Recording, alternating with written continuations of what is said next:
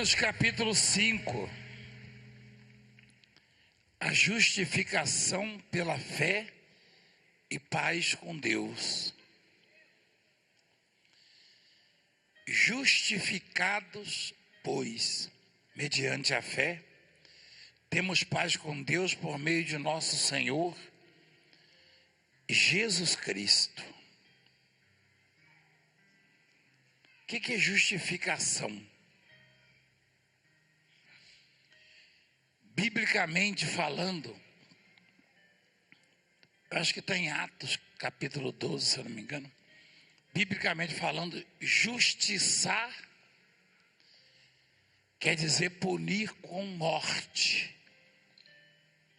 Punir com morte. Justificar quer dizer perdoar, absolver. Justificar significa dar o perdão, apagar a culpa. E quando na lei as pessoas pecavam, eram punidas muitas das vezes com a morte. Mas a humanidade toda ia ser condenada, ia se perder. Eu e você estaremos condenados. Deus então arrumou uma saída para nós. Uma solução. E a única que ele encontrou foi pagar pelos nossos erros. Pagar pelas nossas infrações, os nossos delitos. Deus não pede nada do homem que o homem não tenha. Na verdade, o homem não tem nada.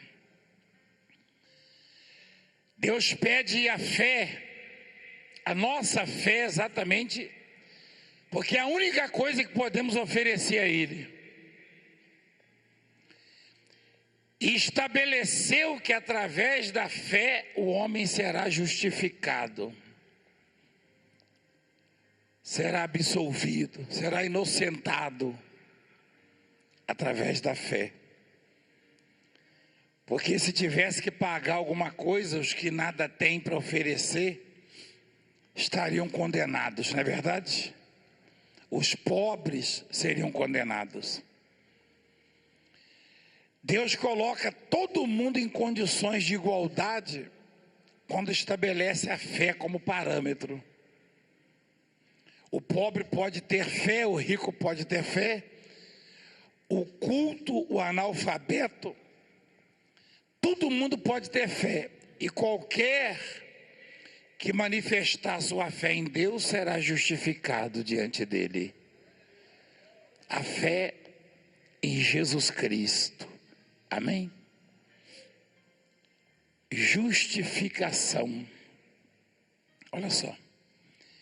Continuando, aliás, só uma observação, né? É por meio de quem? De nosso Senhor. A fé não funciona neste ou naquele, nesta ou naquela. Não tem essa de ter fé no santo fulano, na santa não sei o quê, no pastor tal, A, B ou C, no profeta, não. A fé, ela só justifica uma vez que ela é colocada em Jesus Cristo, porque foi quem pagou o preço. Foi quem se deu por nós. Por intermédio de quem, ou seja, de Jesus Cristo, obtivemos igualmente acesso pela fé a esta graça na qual estamos firmes. Esse acesso que eu e você tivemos, ou seja, a vida que eu e você levamos com Deus foi através da fé. Foi através da confissão de fé. Então não adianta você achar que consegue alcançar a graça, ou estar na graça de Deus, realizando obras como distribuir alimentos, porque isso aí é obrigação de quem tem, é dividir com as pessoas, mas não te justifica. Do contrário, tem gente que não tem alimento nem para si. Como é que poderia se justificar diante de Deus dando alimento para alguém se não tem para a própria família? E não tem outro meio, outro caminho, outra maneira.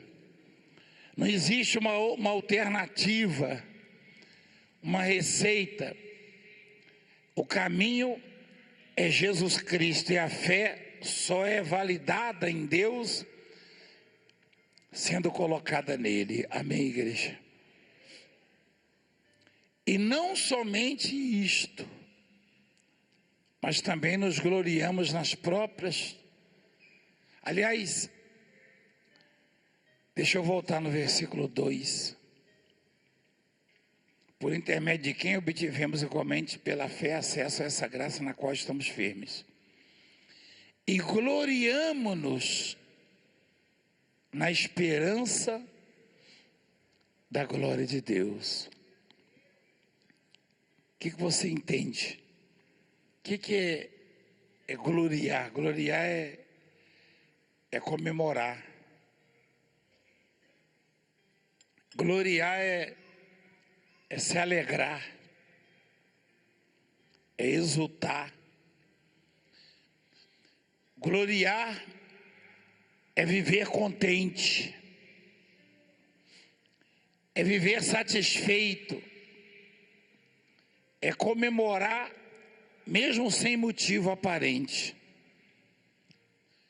As pessoas acham que somos loucos, porque às vezes comemoramos e confessamos coisas diante de Deus que ninguém vê. Porque ninguém sabe o que se passa dentro de nós. É a certeza de que não somos órfãos e não corremos em vão. Temos um Deus, temos um Pai que cuida de nós. Temos alguém fiel sobre nossas vidas. O mundo não entende isso. Então, gloriamo-nos na esperança da glória de Deus. Todos nós esperamos a glória de Deus em nossas vidas. Ou seja, a vitória.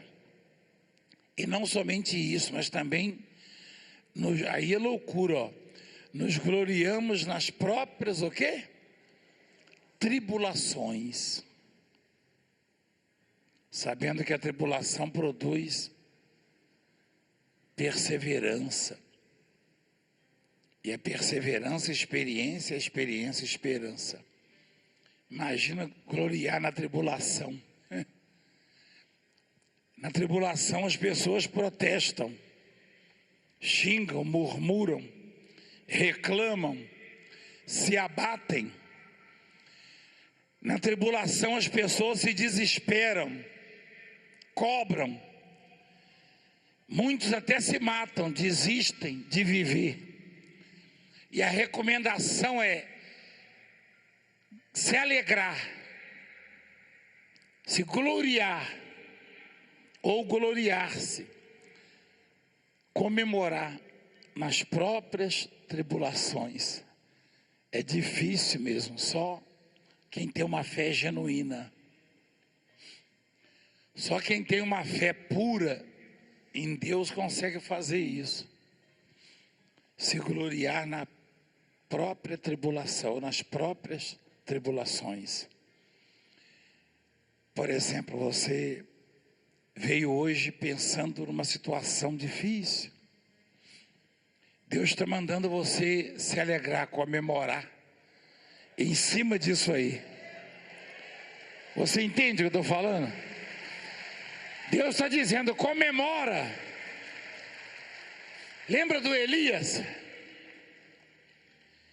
Jezabel mandou um recado para Elias: avisa que ele vai morrer.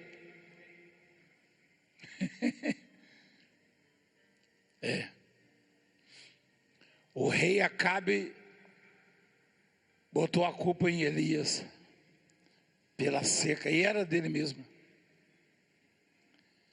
E sabe o que ele falou? Já tinha quase 4 anos que não chovia. Ele falou: fala para o rei subir e o quê?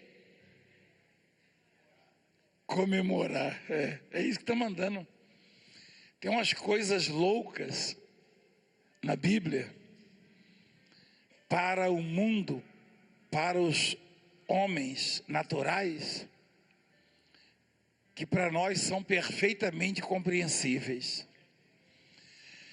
Tem umas coisas que vemos na Bíblia que para o mundo é loucura. Como é que o sujeito está cheio de problema, cheio de tribulação, cheio de obstáculos nos seus caminhos, cheio de más notícias, e vai comemorar? Comemorar o quê? Comemorar o livramento que Deus já preparou para você. É comemorar isso. É isso. E não é loucura a fé? Como é que o mundo vai entender, na verdade?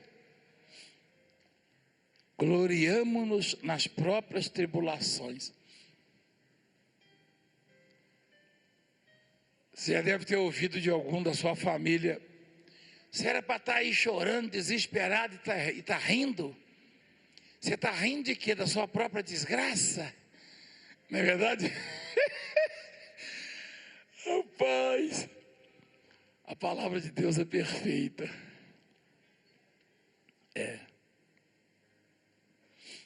Você viu o que a vovó falou pro filho dela em relação à neta? Mãe, minha filha está morrendo. É outra visão, né? É outro mundo, outra dimensão. O filho liga para a mamãe e fala: mãe, sua neta está morrendo, minha filha. Não está não. O Deus do ministério que eu conheço vai livrá-la. Ah, mas o médico desenganou. Ué, qual o problema? E por acaso o médico é que dá a vida, é? Não, a vida é de Deus. Deus dá a vida. Amém? Quem está mandando eu comemorar é Deus. Você acha que o rei Acabe, ele era um homem cheio de fé? Não era nada.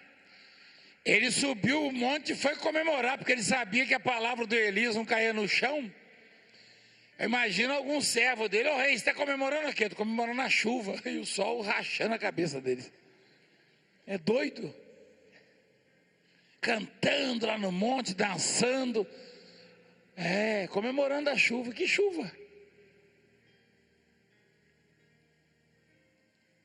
E chega um momento, como aconteceu com ele, que dá vontade de parar de comemorar. Você entende a palavra? Às vezes você faz uma análise, parece que a vitória está tão longe. Às vezes parece que o objetivo está tão distante, o alvo, aquilo que esperamos, que a nossa carne diz assim: não é melhor dar um tempo nas comemorações? Não é melhor dar uma parada? A carne diz, mas o Espírito diz: continua comemorando.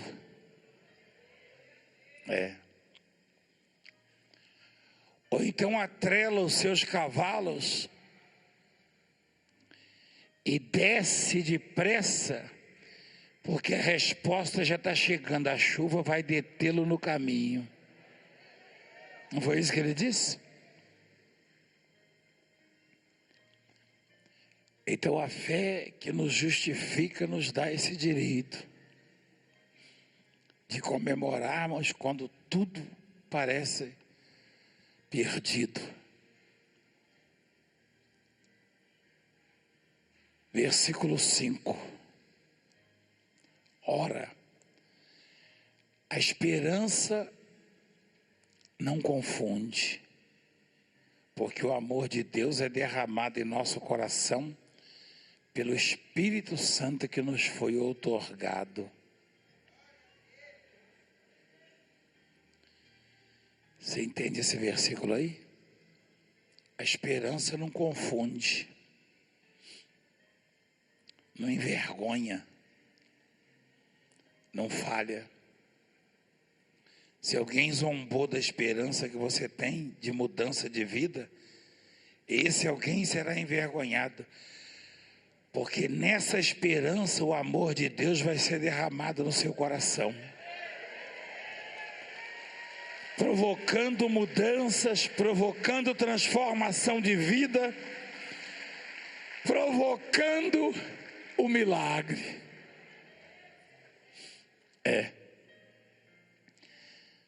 Já zombaram de mim algumas vezes. Eu mantive a esperança. Às vezes eu não tinha razão, motivo aparente para esperar, mas eu continuei esperando. E o que eu esperava veio para a minha vida. Zombaram de Abraão. Acharam que Abraão estava louco. Diz a palavra que Abraão esperou contra a esperança. A esperança nunca confunde. O recado de Deus é: se você tem objetivos, se você tem metas, se você tem projetos, se você tem desígnios, continua esperando.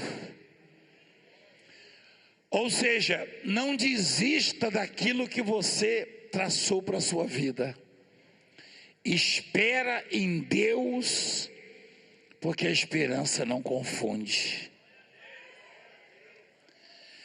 Deus derrama o seu grande amor quando nos encontra esperando. Quando nos encontra esperando. Quando Deus acha alguém esperando, Ele se manifesta. Naquela palavra de João 4, do encontro de Jesus com a mulher samaritana. Ela não valia nada para a sociedade, para ninguém, nem para a família dela. E ela estava num lugar tão improvável de achar alguém. Estava no deserto. Estava lá tentando tirar água no poço, porque a tarefa, o trabalho que colocaram para ela era insignificante. Eu sei porque eu era considerado o pior da família quando era jovenzinho. E minha mãe botava 2 baldes num pau e falava: vai na mina buscar água lá no meio do mato. Você não vale nada mesmo, falava para mim, então vai buscar água. Então a mulher samaritana estava sozinha, com a vida arruinada. Ela estava no 6º casamento já, que nem era bem casamento. Estava tão vazia, talvez pensando assim: puxa, eu não sirvo para nada, não sirvo para meu pai, para minha mãe. Nenhum homem fica comigo por muito tempo, já estou no meu 6º casamento. E apareceu no deserto dela, simplesmente, o ser mais importante que o mundo já viu.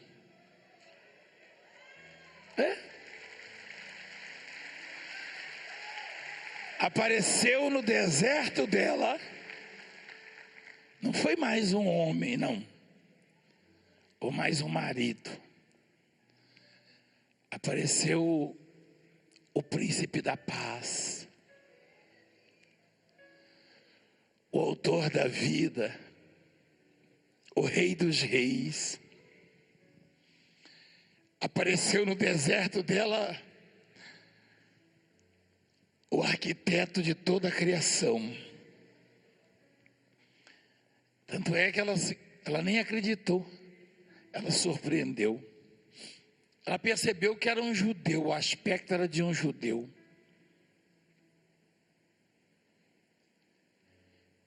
E ele tentou falar com ela.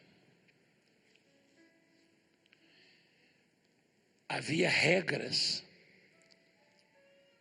que impuseram àquela mulher que a impediam de falar com um judeu. Tipo uma religião. Tem muita gente me ouvindo agora que há tanta coisa, tanto empecilho, tanta barreira que impede essa pessoa de acreditar no que eu estou falando, acreditar em Deus. Aquela mulher estava sozinha no deserto. Ó. Será que você já se viu assim? Às vezes acontece conosco, né? De a gente estar num deserto e achar que não tem ninguém que pode nos ajudar. Tem fases da vida da gente que parece que ninguém pode nos ajudar. Mas é quando chega o Senhor, bem no deserto, no meio do deserto. E Ele fala conosco. Deus tem falado tanto conosco, não é verdade? Nos milagres, nas músicas, nos louvores, na oração, na palavra. E Ele falou, mulher, dá-me de beber. Ela falou, mas o senhor não pode falar comigo, o senhor é judeu? Ele, não, mulher, mas eu não sou um judeu comum. Se você soubesse quem sou eu, você é quem estaria pedindo de beber. Mas como é que o senhor vai arrumar água para mim? Água viva. O poço é fundo, o senhor não tem que tirar água. Ele falou, não, essa água aí, quem bebe volta a ter sede. Mas a água que eu dou sacia para sempre a sede.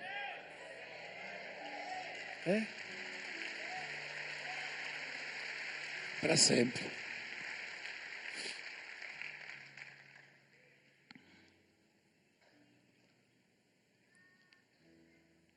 E ela falou, então o senhor podia me dar dessa água, para eu não voltar mais aqui nesse poço, eu não aguento mais. Ela, dá-me desta água, para que eu não mais tenha sede e nem precise vir aqui buscá-la. Ela mostrou ali que aquilo ali era uma espécie de penalização, de castigo. Ela não gostava de fazer aquilo. Ela falou, se o senhor me der dessa água, quem sabe eu não preciso vir aqui mais. Ela não gostava de ir àquele deserto. Ninguém gosta de ir ao deserto, não é verdade? Ela estava cansada de tudo. Cansada de tudo. Aí Jesus falou, vai lá chamar o teu marido. Mas eu não tenho marido, ela disse. Aí Jesus falou, agora você falou uma verdade. Você já teve 5. E esse não é seu. Esse é atual. Ela falou, puxa, ele sabe tudo da minha vida.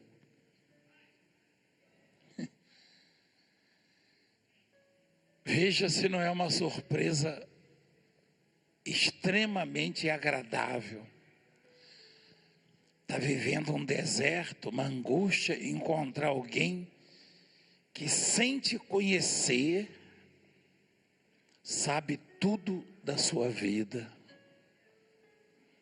Ela começou a pensar, esse aí não é comum mesmo, não é um judeu qualquer não. Esse é divino, porque ele sabe tudo da minha vida. Você que está cabisbaixo, vivendo uma fase difícil, um deserto, Você que acha que está sozinho, não está mesmo, porque aquele que sabe tudo da sua vida está falando com você. Tudo da sua vida.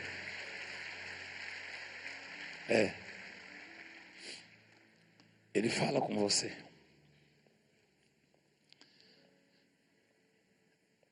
Tem que ter muita fé mesmo para acreditar nisso, porque Ele é tão grande,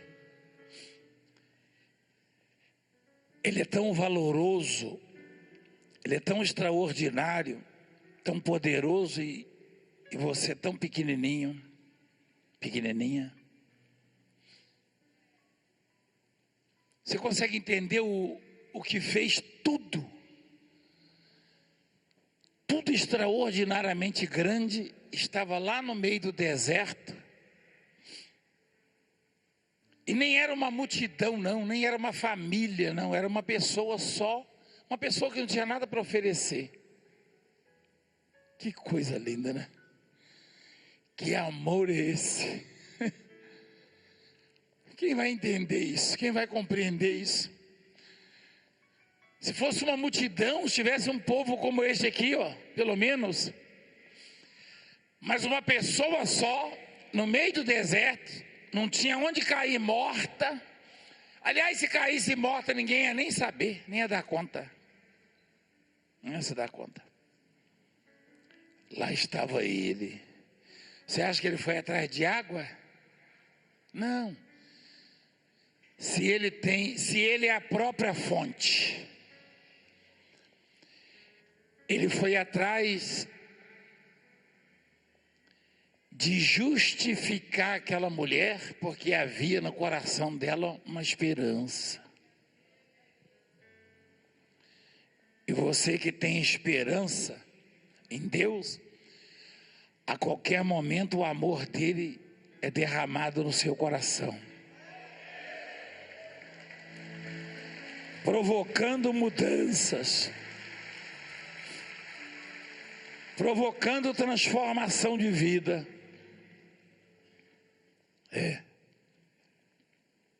Provocando a transformação a qualquer momento.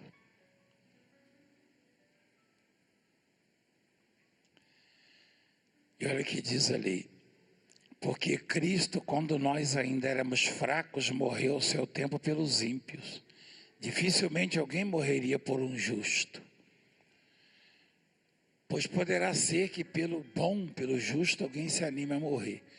Mas Deus prova o seu próprio amor para conosco pelo fato de ter Cristo morrido por nós, sendo nós ainda pecadores. Quando você não queria saber de Deus, quando você não queria nem ouvir falar de igreja, quando você não queria ouvir falar de salvação, Ele já tinha pago o preço por você. Ou seja, quando ninguém queria saber de nós, por causa dos nossos inúmeros delitos, quando você não valia nada para ninguém, Deus já tinha pago um preço por você. O Evangelho é isso. É essa boa nova, né? Essa notícia maravilhosa de que foi pago um preço por nós. Amém, igreja? Não deixa Satanás te derrotar não, te vencer não.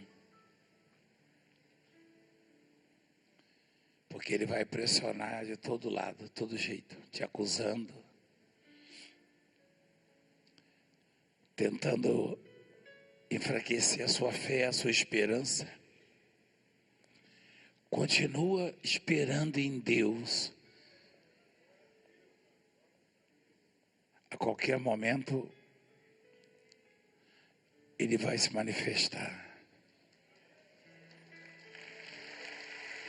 Fica de pé, por favor.